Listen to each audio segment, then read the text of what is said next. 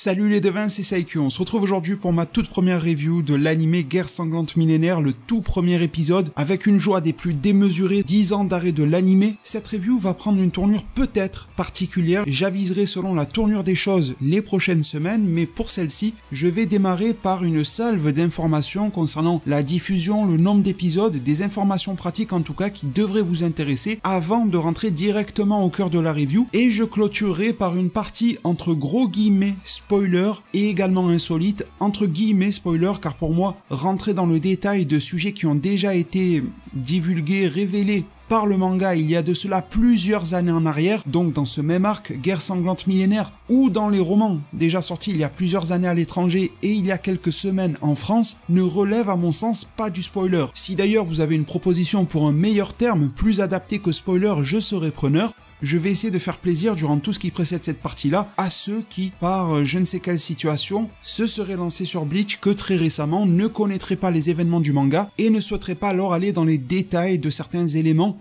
qui me paraissent quand même assez intéressants à traiter. Et d'ailleurs, je ne vous cache pas que ça sera probablement ma partie préférée de ces reviews, à condition bien sûr qu'il y ait de la matière à développer et qu'il y ait de quoi mettre en corrélation avec le manga, étant donné qu'on se trouve sur des reviews un petit peu particulières sur ma chaîne, étant donné que j'ai l'habitude de couvrir des animés qui soit dépeignent des éléments différents du manga, tel que ça a pu être le cas sur Boruto, mais aussi avec un animé type Dragon Ball Super qui allait largement au-delà de son propre manga. Alors hormis ma petite escapade sur My Hero Academia, ça sera entre guillemets le premier animé sur lequel je propose des reviews dont le scénario nous est déjà amplement connu via le manga. Et après cette partie-là, en guise d'ouverture, je vous proposerai une petite preview de l'épisode suivant. Aujourd'hui, grâce à des images qui ont filtré, mais je ne sais pas si ça sera le cas chaque semaine, mais j'aurai au moins le manga pour vous faire une petite preview de ce qui se passera dans les prochains épisodes à chaque fois. Alors, pour rentrer dans le domaine de l'information, sachez qu'il a été de nouveau confirmé que cet animé Guerre sanglante millénaire se compose ou se décompose en 4 cours.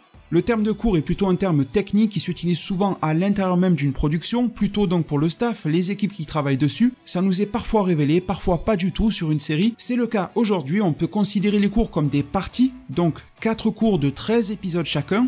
Mais je tiens, à date, cette review sortira aux alentours du 13 octobre 2022, à vous affirmer et confirmer le fait qu'à ce jour, il n'y a toujours pas de saison confirmée. Je vous avais déjà expliqué, je ne rentrerai pas dans le détail à nouveau, sur l'amalgame à ne pas faire entre cours et saison. Ce sont des termes qui sont voisins mais qui ne sont pas synonymes, et pour le moment nous n'avons pas d'informations officielles concernant la diffusion de ces 4 cours. Peut-être que des pauses seront prises entre ces cours, de quelle durée seraient ces hypothétiques pauses, tout cela n'est pas révélé. Vous pourrez bien évidemment compter sur moi pour vous transférer ces informations lorsqu'elles le seront sur cette même chaîne YouTube. Je vous parlais de 52 épisodes. Pourquoi? Parce qu'il y a 52 épisodes qui sont désormais listés officiellement. Et j'insiste étymologiquement parlant sur le terme de lister. Quand on liste une série à un certain nombre d'épisodes, ça ne veut pas dire qu'elle finira pile à ce nombre-là. Le fait de lister une série n'est pas forcément non plus synonyme de durée.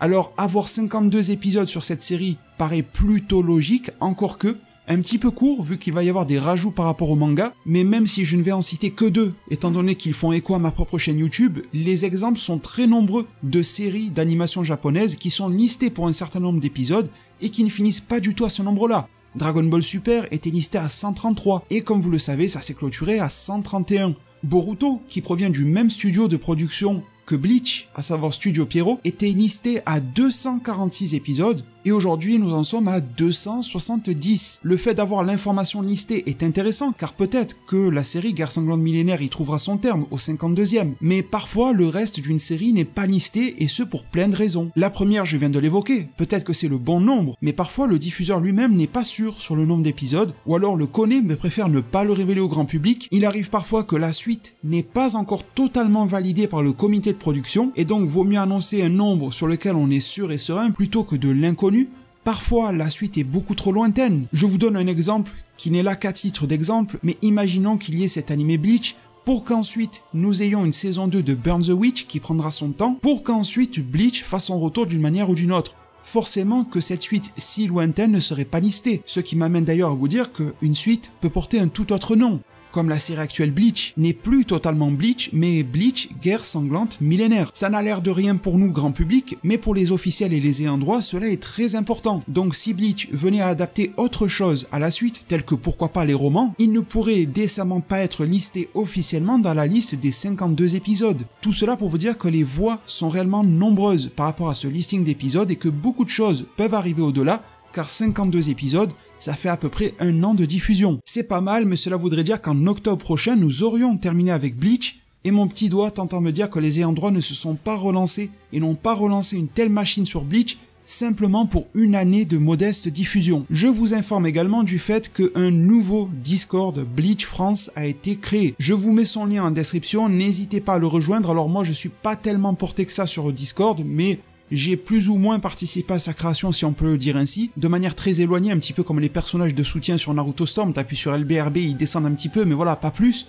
Mais en tout cas, vous y trouverez beaucoup de belles choses, ça a été créé par beaucoup de belles personnes également, de passionnés de Bleach, et si jamais, comme vous le voyez inscrit à l'écran, vous êtes en recherche, en manque d'épisodes de la guerre sanglante millénaire, il ne vous reste plus qu'à suivre l'odeur du poulet mexicain voire espagnol sur ce Discord, et je pense que vous serez grassement servi. Le sujet des épisodes m'amène une fois de plus à discuter du sujet de la diffusion de cette série.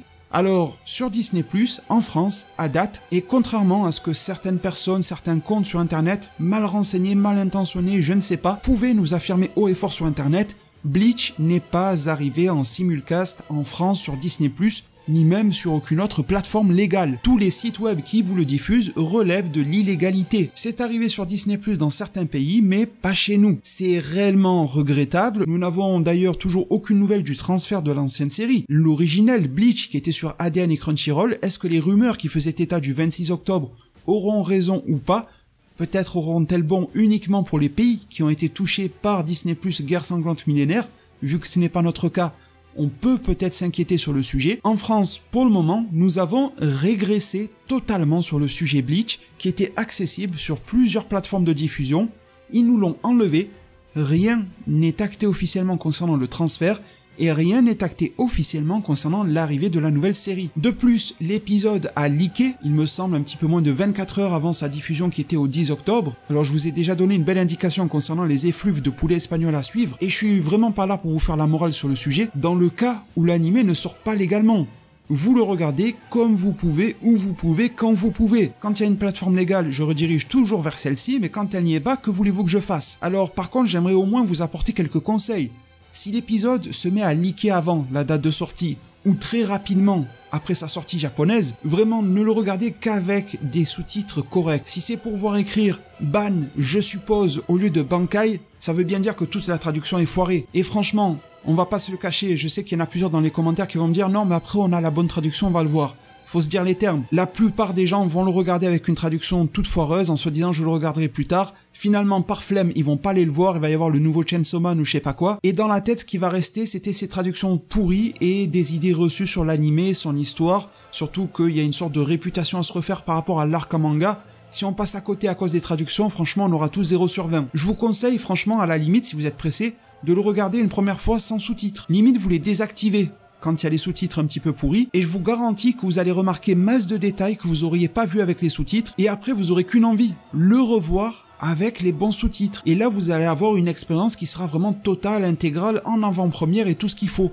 Et dernier conseil, regardez-le avec une bonne qualité visuelle, bien sûr si votre connexion le permet, au moins du 720p, le 1080 sera le bienvenu aussi. Les animateurs, en tout cas sur l'épisode numéro 1, ont fait un taf monstrueux, le réalisateur aussi. Alors autant ne pas le gâcher par les conditions de visionnage. Alors c'est lui qui cause du tort à la licence, je ne souhaite pas en faire la promotion, mais que faire en fait dans un tel cas d'ingérence de la part des ayants droit? Je vous rappelle à nouveau, je pense que c'est légitime de le faire, que Crunchyroll, que vous connaissez tous aujourd'hui, à la base c'était une plateforme illégale, créée par un groupe d'amis, et cette plateforme a fini par faire du bruit et par obtenir des droits. Paradoxalement, aujourd'hui, elle est devenue une plateforme de diffusion légale qui lutte pour mettre en avant les animés légalement et coupe court aux diffusions illégales. Ils sont en droit, s'ils le veulent, de mettre des strikes sur YouTube parce qu'un épisode de leur plateforme en VOSTFR a leaké sur YouTube, etc. Donc si Bleach en France doit passer par ce chemin-là pour y arriver, c'est triste, mais ça se fera.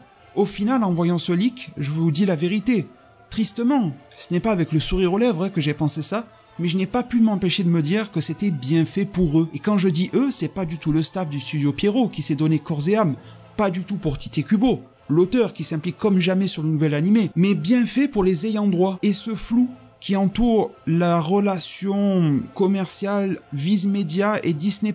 Et je pense vraiment qu'à force de semer le n'importe quoi, on récolte le chaos. Eh bien, ce qui devait arriver arriva, au détriment bien malheureux de la prospérité de la licence Bleach. On en est à un stade où la comédienne de doublage de Rukia, Kuchiki Fumiko Horikasa, a fait un tweet dans lequel elle dit « Comment pouvons-nous permettre aux gens de regarder Bleach à l'étranger, hors Japon ?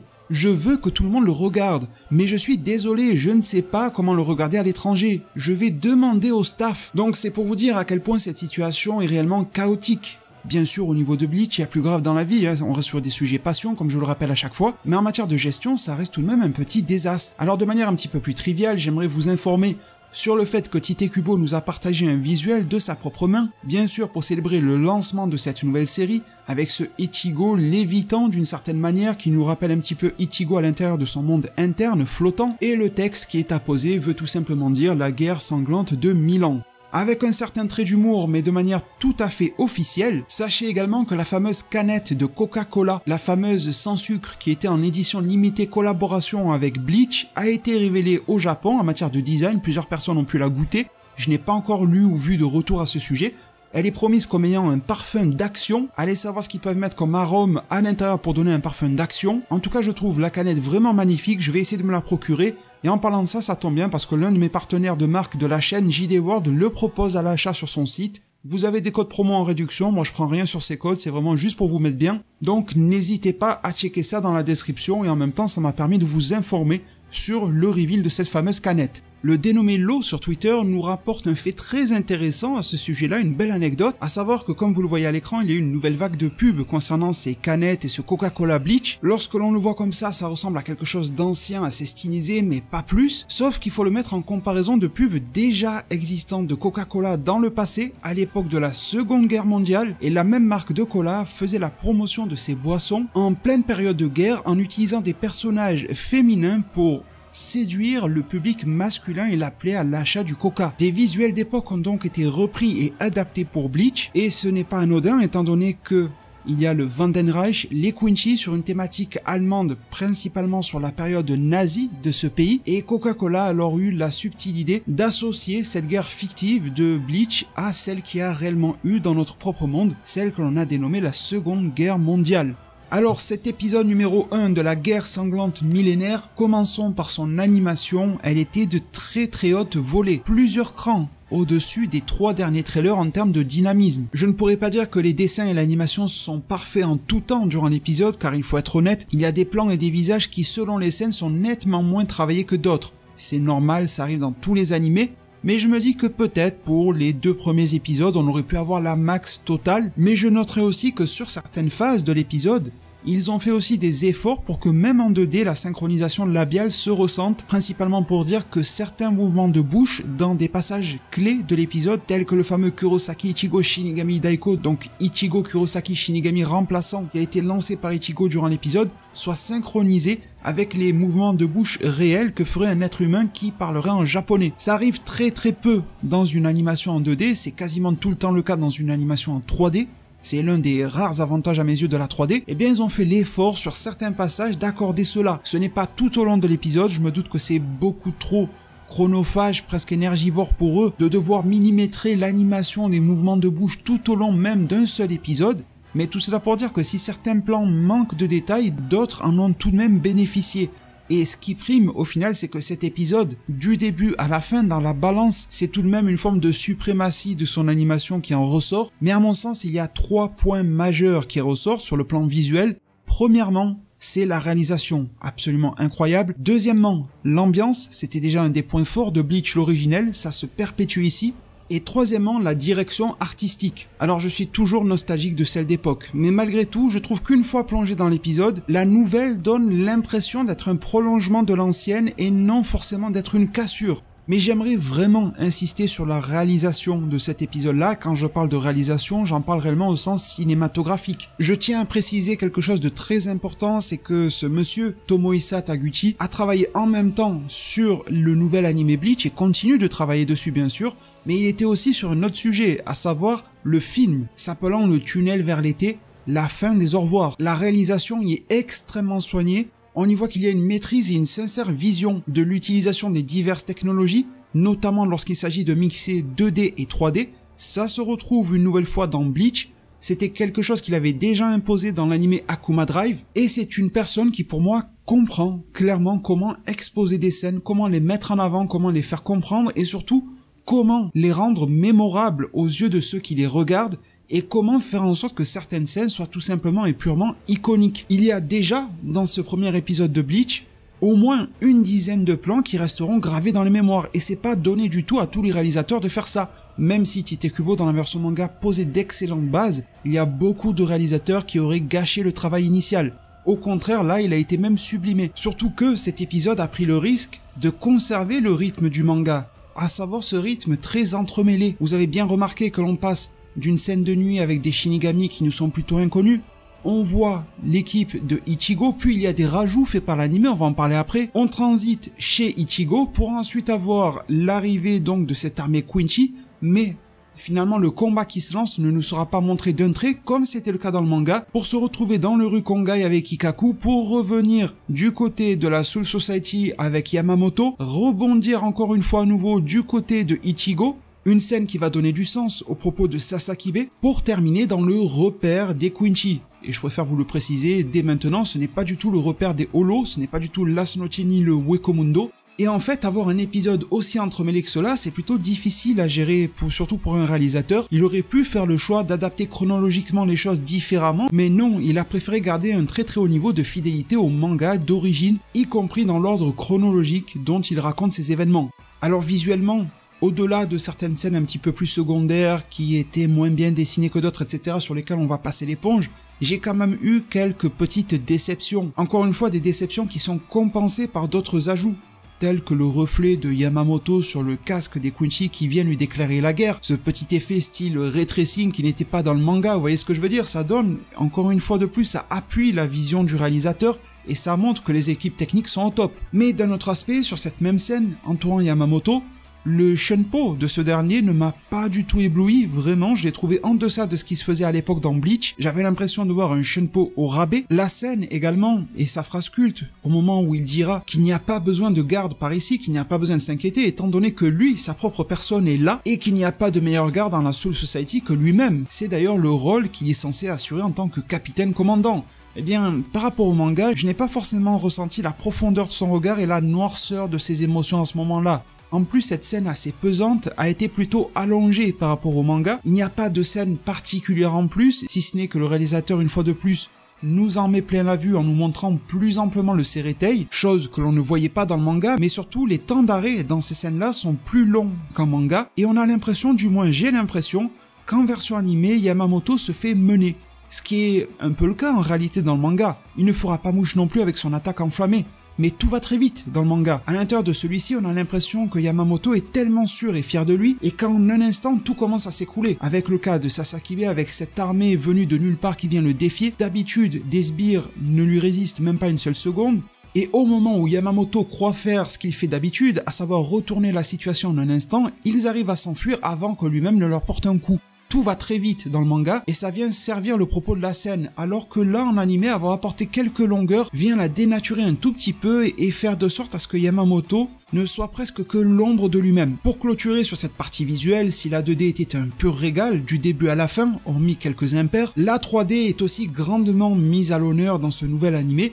Elle va servir à de très nombreux niveaux, que ça soit pour construire des décors, pour la mixer à de la 2D justement pour que les décors soient renforcés. La 3D est présente dans cet animé-là beaucoup plus qu'on ne le pense et beaucoup plus qu'on ne le réalise, tout simplement car elle est quasi parfaitement bien utilisée. Je dis quasi parce que ça ne fonctionne pas forcément à 100%. Autant sur les décors je valide totalement, sur les effets spéciaux de certaines attaques, de certains éléments, notamment chez les Quincy pour venir renforcer leur capacité. Tout cela fonctionne et s'intègre parfaitement. A contrario, je comprendrais que ça puisse déranger du monde du côté des holos, notamment parce que ça rend leur mouvement plus saccadé qu'auparavant, sachant que les holos de base sont pas réputés pour être les plus vifs du monde. Ça leur donne une sorte de texture autour de leur peau, un petit peu comme gluante. Alors, je trouve, personnellement, ça a plutôt bien fonctionné parce que je trouve que ça a renforcé cet aspect d'être de créatures, d'entités provenant d'un autre monde. Quelque chose d'assez paranormal. Donc l'utiliser sur des holos de base, c'est pas forcément une mauvaise idée. Mais en même temps, sur certains plans, les travers de la 3D ressortent quand même sur les holos. Et j'aimerais aussi revenir sur le cas du combat entre Ichigo et Ebern. Alors, vous dites Ebern, Iban, Ivan, vous le prononcez comme vous le souhaitez. Le personnage aux attraits maléfiques qui ressemble beaucoup à un Arrancar, mais qui se fait passer pour un Quincy. Il y a une phase durant laquelle Ichigo et ce personnage-là se sont battus et se sont retrouvés à passer sous un pont, etc. Et la caméra semblait les suivre.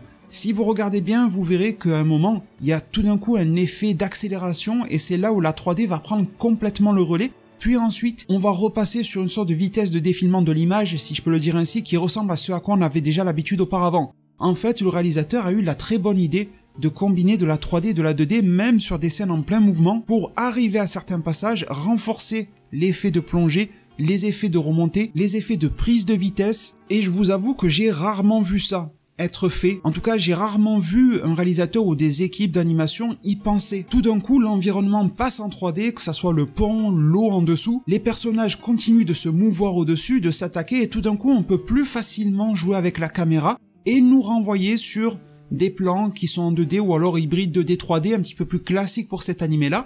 Mais au moins, à cet instant clé, on a valorisé les effets de vitesse et on a mis en avant cette action. Ça me fait penser à une interview récente que je vous proposerai sur la chaîne bientôt concernant Dragon Ball Super, dans laquelle il nous est dit, d'après les personnes en charge de la 3D, qu'ils ont trouvé que c'était un gros challenge pour eux la 3D dans le film super-héros pour les phases tranches de vie et plates, tandis que c'était un réel atout pour eux dans les phases d'action. Ben, j'ai l'impression que le réalisateur a tout compris d'un coup, ou alors que son expérience a parlé, à savoir qu'il utilise encore plus la 3D dans les phases d'action et qu'il la met en retrait lorsque l'action se tasse ou réduit en intensité.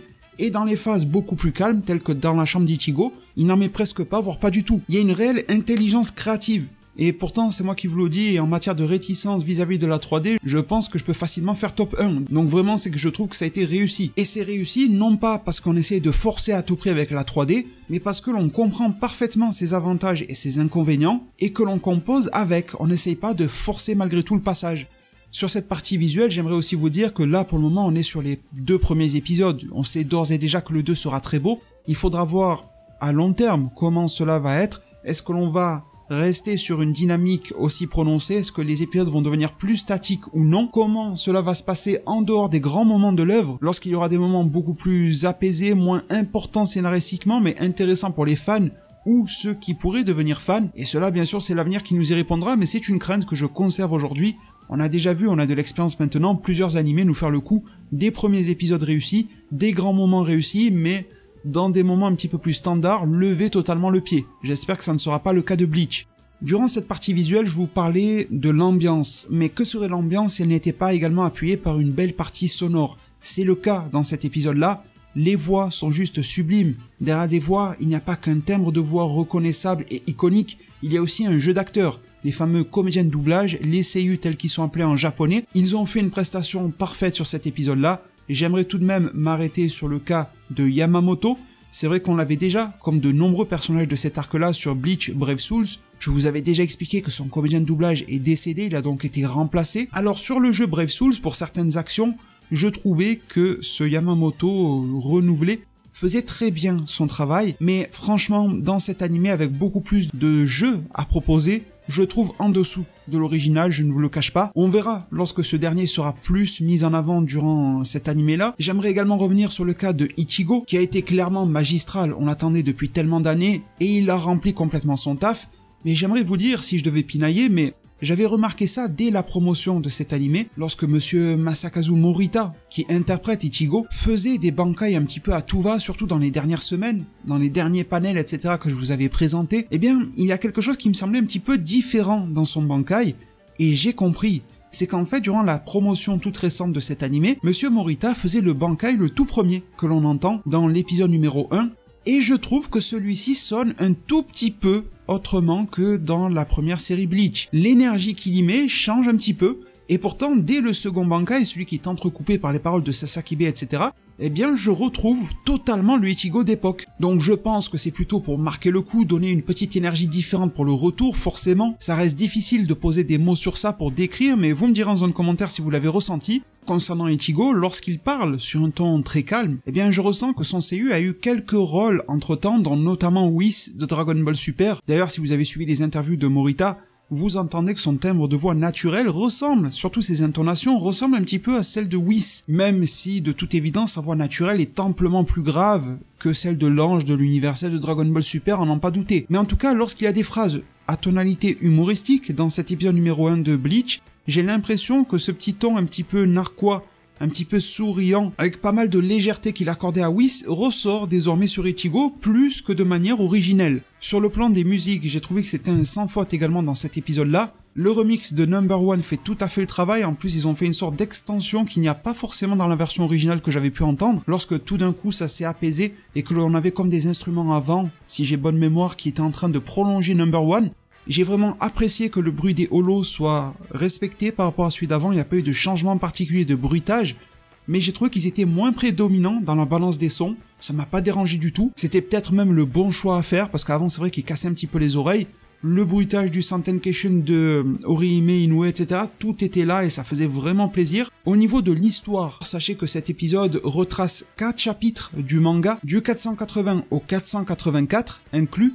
Alors, forcément, c'est fidèle au manga, donc je ne vais pas jouer des surprises, mais même si je ne vais pas toutes les passer en revue, il y a aussi eu quelques rajouts et aussi quelques suppressions. En matière de rajouts, j'ai été, tout comme vous, surpris avec le fameux La Muerte de Chad qui a dû tuer au moins une dizaine de familles en train de souper, le Bankai de Ichigo et son Getsuga Tensho qui a fait un espèce de champignon atomique digne du Big Bang de Vegeta dans Dragon Ball Z face à C19, mais même si on est tous conscients que c'est un rajout dans l'abus, je trouve qu'il était vraiment plaisant à admirer. J'ai pas l'impression qu'ils vont faire ce type de rajout à chaque épisode, je pense que c'était pour marquer le coup du tout premier, du retour, pour nous montrer le plaisir et la passion des équipes à faire revenir cette œuvre-là. Je pense que c'était aussi là pour être plaisant et accrocher à la fois les anciens, les connaisseurs de Bleach, de les libérer de la frustration des 10 ans d'attente depuis l'arrêt de l'animation Bleach, et ça permet aux nouveaux arrivants, les curieux pourquoi pas, de se faire une idée de la hype que Bleach peut procurer au niveau de ses combats et de ses visuels. Il y a eu quelques suppressions dans cet épisode-là, dont notamment un certain passage avec Iori, la fameuse Vizard qui va avoir comme un ressenti, une sorte de mauvais présage dans les tout débuts de l'arc en version manga. Certains aspects de mise en scène me semblent un petit peu différents, comme notamment avec l'Afro Shinigami tel qu'il est surnommé, mais dans l'ensemble, le niveau de fidélité au manga originel est plus élevé dans ce début d'anime que dans la précédente série, dont notamment avec les couleurs originales qui sont désormais respectées. C'est pour ça que les couleurs de Reatsu d'Ichigo, Shikai, Bankai, etc. ont changé. Elles n'ont pas changé par pur délire, mais simplement pour devenir fidèles à ce que Tite Kubo leur avait accordé de base. Alors pour se pencher du côté plutôt de l'insolite et du, entre gros guillemets, spoiler, car pour moi ça ne répond pas à cette définition-là, je tiendrai à vous dire que pour le cas de Yuki, Ryonosuke, le Shinigami qui n'a pas pu sauver son acolyte et qui a eu une grosse phase émotionnelle centrée sur lui juste avant sa prétendue mort, eh bien son comédien de doublage n'est autre que celui de Izuku Midoriya dans My Hero Academia. Vous l'aviez sûrement entendu, ça vous avait sûrement frappé à l'oreille, c'est bien et bien là Daiki Yamashita, que vous retrouvez également dans la série Demon Slayer, et c'est drôle de remarquer qu'on retrouve Daiki Yamashita la plupart du temps sur des personnages qui vont avoir un lien avec le vert. Sur Demon Slayer, c'est Yushiro. Dans Bleach, ce fameux Yuki Ryonosuke. Si l'on regarde ses yeux et les reflets accordés à ses cheveux, on y retrouve le vert. Sur Deku, Izuku Midoriya, forcément, je n'ai pas besoin de vous le décrire. Et en plus, Midori de Midoriya, ça veut dire vert. C'est assez drôle de le remarquer et c'était assez étrange d'avoir Izuku sur un rôle plutôt secondaire, même très secondaire dans Bleach. Mais en même temps, ce passage durant lequel il a des regrets quasiment avant sa mort était presque une sorte d'antithèse à ce qui est proposé dans My Hero Academia. Ça arrive assez souvent que Izuku se remette en question au moment de flancher, au moment de recevoir le coup final, et qu'ensuite il se relève avec son nouveau pouvoir développé et sa nouvelle motivation à protéger ce qui l'entoure. Sauf que cette fois-ci, le comédien de doublage a dû se mettre dans la peau du personnage qui ne va pas réussir jusqu'au bout et qui va devoir se faire sauver tout en ayant le même genre de réflexion que Izuku aurait pu se faire à lui-même. Vous avez dû remarquer plusieurs petites choses par rapport à la Shinigami qui l'accompagne. Une fameuse Madarame Shino. Alors non, on ne parle pas de Shino de Naruto et Naruto Shippuden, mais c'est plutôt le nom de Madarame qui m'intéresse. c'est de la même famille que Ikkaku. Si vous regardez ce crâne qui commence à se dégarnir, si vous regardez cette veine au front, la forme de ses yeux, tout y est. Alors exactement, avec grande précision, on ne sait pas quel lien elle a avec Ikkaku. Mais si l'on se fie au tout dernier roman sorti en France, donc le volume 1 de la trilogie, le lien entre Ikkaku et Shino nous est confirmé, mais il y est acté qu'on ne sait pas réellement si elle est sa sœur ou bien pourquoi pas sa cousine. D'ailleurs, ils partagent vraiment le même caractère de cochon tous les deux. Autre détail que vous auriez pu remarquer sur elle, c'est pourquoi pas de vous dire que sa voix ressemblait à Sakura de Naruto et Naruto Shippuden.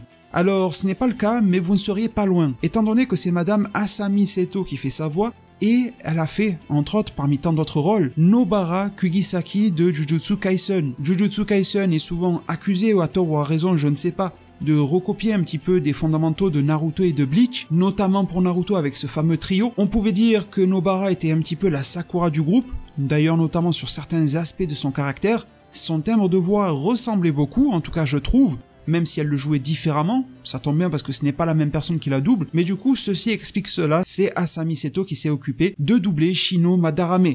Du côté des ennemis, j'allais dire des Quincy, mais celui-ci l'est-il réellement, à savoir Ebern. Son nom complet est Ebern Asgiaro, si l'on traduit plus littéralement depuis le japonais, c'est Iban, rien à voir avec l'Iban que vous donnez quand vous avez un virement à faire, mais c'est une sorte de retranscription japonaise du prénom Ivan, issu de l'espagnol. Coïncidence ou non, la prononciation de type Ebern vient un petit peu germaniser son prénom qui de base reflète l'espagnol, car oui, même s'il réfute cela, il est bien de naissance, si le terme peut être permis, de type Arrancar, et donc d'affiliation holo. Sauf qu'il a renié celle-ci pour passer du côté du Vandenreich, donc l'organisation Quincy, qui vient déclarer dans cet épisode-là la guerre directement auprès de Yamamoto. En fait, ça fait du lien avec ce que vous avez pu apercevoir dans les trailers de cet animé-là, dans lequel on voyait l'empereur Quincy descendre en toute prestance vers le Wekomundo et le décimer. Il y a donc une invasion de ce peuple-là également vers le Wekomundo. L'ordre des choses à l'intérieur de ce monde avait changé, déjà, suite à l'invasion d'Aizen, etc. et le fait que Baragan et Stark n'étaient plus là. Il y a donc eu une grosse masse de holos de tout type qui ont été décimés, et il y en a d'autres qui ont été sélectionnés et soumis au nouvel ordre du Vandenreich pour les obéir et rejoindre leur armée.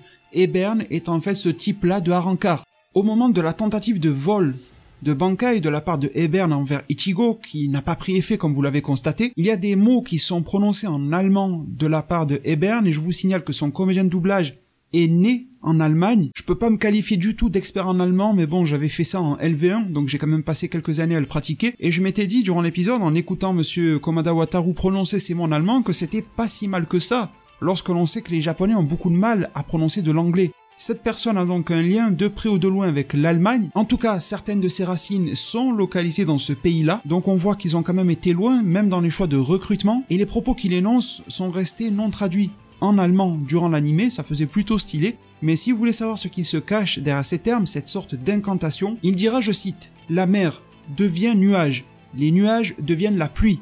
La pluie devient la brume. Toute chose ayant une forme s'évanouit. Au terme de notre joie, nous jetterons notre calice au sol. » Alors ça n'a pas beaucoup de sens pour le moment, et on sait que Tite Kubo aime la poésie, on va en reparler dans quelques instants, mais cette thématique autour de la pluie ne fait qu'amplifier un certain passage liant Ichigo et sa mère, et une fameuse journée pluvieuse qui sera réellement mise à l'honneur d'ici quelques épisodes, à n'en pas douter. Rien ne confirme que cette phrase fait du lien avec les événements entourant Ichigo, d'ailleurs rien ne lie Ebern à cette scène-là, mais en tout cas, c'est ainsi qu'elle me parle. Peut-être qu'elle le fera pour vous d'une autre manière, c'est un petit peu aussi le but de la poésie, de l'interpréter, de le vivre, chacun à sa façon. En tout cas, pour clôturer, ou du moins presque, car je souhaite également vous proposer un aspect preview de l'épisode suivant, j'aimerais aussi vous dire que du côté de l'empereur Quincy, le fameux Yūja-bar, nous avons eu, et nous rentrons vraiment dans une partie révélatrice de ce qui s'est passé il y a plusieurs années en arrière dans le manga, un gros indice sur la nature de ce personnage-là.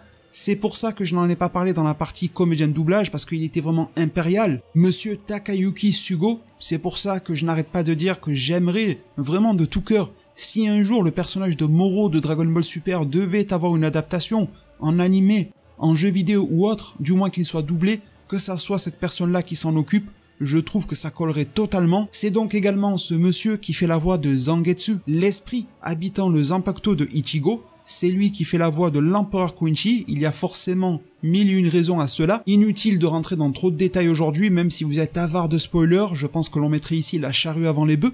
Mais en tout cas, sachez qu'ils nous ont fortement teasé cela avec l'image de fin sur son visage, avec ce jeu d'ombre et ce liseré coloré autour de ses yeux qui nous fait penser à la paire de lunettes que porte le vieil homme, justement Zangetsu. Et ce dernier, non pas Zangetsu mais plutôt l'empereur Quincy, se targuera lui aussi d'un poème à la fin de l'épisode, poème qui est également une adaptation et non un rajout de la part des studios, poème que vous pourrez retrouver dans le tome 55 de Bleach. Et ce poème nous dit nul autre que faire un pas en avant et ne jamais revenir, la mer de sang de l'univers. Alors là aussi il y a une sorte de foreshadowing par rapport à ce qui va se passer notamment à la fin de Bleach. À nouveau, pas besoin d'aller trop vite dans les explications par rapport à cela, mais ça fait un lien de toute évidence avec l'aspect de la fatalité de certains événements qui seront liés à des capacités directes ou indirectes de l'empereur Quincy plus tard.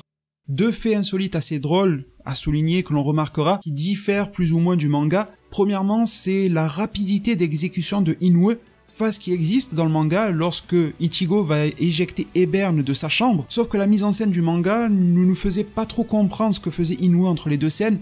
Elle était d'un côté de la pièce, puis tout d'un coup, se retrouver à ouvrir la fenêtre pour que Ebern soit éjecté. Ça venait renforcer l'humour, tandis que là, cette scène existe, elle est assez drôle, mais moins qu'en version manga, parce que l'air de visage de Inoue diffère beaucoup. Mais en plus, on a l'impression que d'une image à l'autre, elle a traversé la chambre plus vite que Ichigo et Ebern eux-mêmes, et elle a pu même ouvrir la fenêtre pour que l'Arankar Quincy se fasse éjecter de la maison Kurosaki. Toujours dans cette même chambre, je vous ferai remarquer que le dessus de lit, le drap de Ichigo plutôt, a changé de couleur, étant donné que cette fois-ci, il nous rappelle beaucoup plus la coloration de Urara. Mais très cher devin, en cette partie spoiler, je vous disais en tout début de vidéo que 4 chapitres ont été adaptés en épisode 1, je pense que ça sera de même pour l'épisode numéro 2, ça ferait d'ailleurs une très belle fin au niveau de l'épisode 2 pour l'intrigue centrée sur la Soul Society Yamamoto, et c'est un volet et tournure guerrière que l'arc doit prendre, et on a déjà des éléments de confirmation à ce niveau-là. Le titre de cet épisode sera la première pierre, la pierre angulaire, donc comme une sorte de première pierre à l'édifice de fondation. Les bases de l'arc vont clairement être posées et entérinées avec l'épisode numéro 2, et nous avons 4 images issues de celui-ci. Une représentant Ichigo portant Nel ou Neliel selon votre prononciation préférée dans ses bras, qui apprend ce qui vient de se dérouler au Wekomundo. On la voit d'ailleurs en pleurs sauter et rejoindre Ichigo, ou plutôt devrais-je dire Ichigo.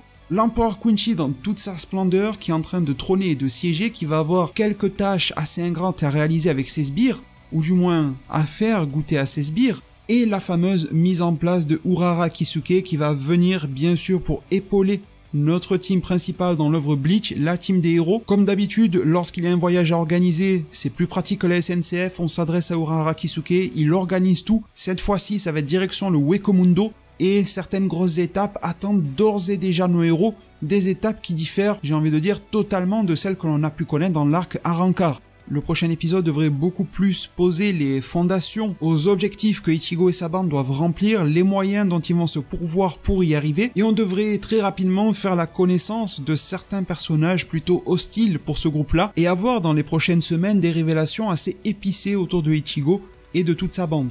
J'ai aussi beaucoup aimé la conclusion musicale apportée à cet épisode-là, j'avais l'impression de regarder un AMV mais fait de manière professionnelle, avec la musique et le fameux rewind sur à peu près tout ce qui s'est passé à l'époque dans Bleach. J'ai bien aimé le grain, le petit retravail de remasterisation qui a été apporté aux anciens épisodes de Bleach. Ça montre qu'il y a de l'astuce, de l'ingéniosité dans leur manière de réaliser, de donner vie à cette nouvelle ère de Bleach, et franchement qu'est-ce qu'elle était réussie et saisissante. Mais très cher devin, cela met un terme à cette vidéo, je vous remercie d'avoir été là de son début jusqu'à sa fin, cette vidéo ayant été assez longue, un petit peu comme sur mes reviews Dragon Ball Super, je vais vous donner un mot de passe, vous me le direz en zone commentaire pour voir si vous étiez là ou pas, je vous laisserai un petit cœur au passage sur YouTube. On va faire simple et efficace aujourd'hui, on va marquer Ichigot, je pense que ça résume parfaitement la situation de cet épisode numéro 1. N'hésitez pas à mettre ça un maximum en zone commentaire, pas de hashtag à côté sinon YouTube va le bloquer. En tout cas, j'espère que le kiff a été présent pour vous sur cette vidéo, sur l'épisode 1 de Bleach. On se retrouve très rapidement la semaine prochaine pour le numéro 2. Merci vraiment pour tout. Pensez à vous abonner, à activer la cloche, à mettre un maximum de pouces bleus, ça m'aidera vraiment de fou sur YouTube. Prenez tous extrêmement bien soin de votre futur et à plus pour de prochains arts divinatoires.